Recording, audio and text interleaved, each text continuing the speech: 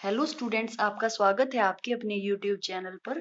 और आज के इस वीडियो में हम करेंगे वास्तविक या प्रत्यक्ष तथा आदर्शात्मक कथन।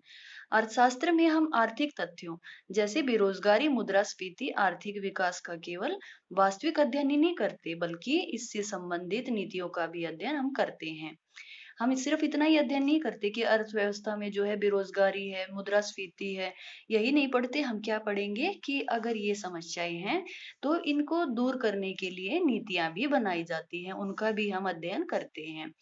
अर्थशास्त्र हमें केवल यही नहीं बताता कि क्या है, बल्कि यह भी बताता है कि क्या होना चाहिए।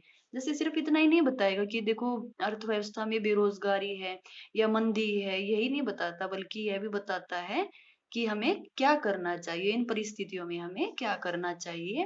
ये भी हम अर्थशास्त्र में सीखते हैं।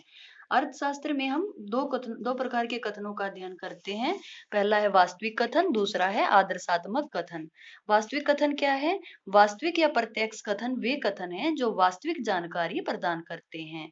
इनसे हमें क्या पता चलेगा? जो वास्तविक जानकारी देंगे कि इनका संबंध किससे होगा, कि यह ज्ञात होता है कि क्या है, क्या था, और जो विशेष परिस्थिति होंगी उसमें क्या होगा।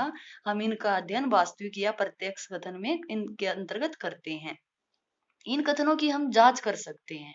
हम इन कथनों की तथ्यों के आधार पर जांच करके रिजल्ट निकाल सकते हैं कि ये कथन सही है या फिर ये कथन जो है गलत है।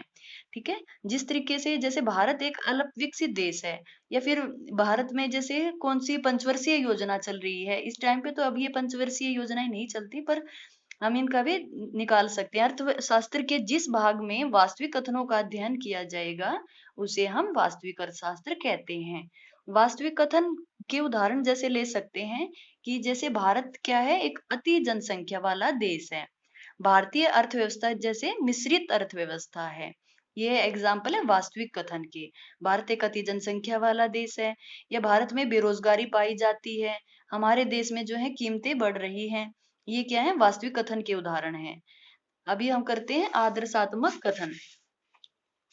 आदर्शात्मक कथन कौन से हैं? आदर्शात्मक कथन वे कथन हैं जिनसे ज्ञात होता है कि क्या होना चाहिए।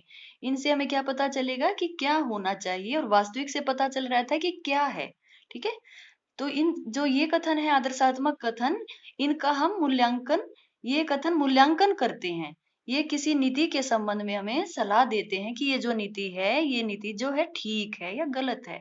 ये किससे पता चलता है?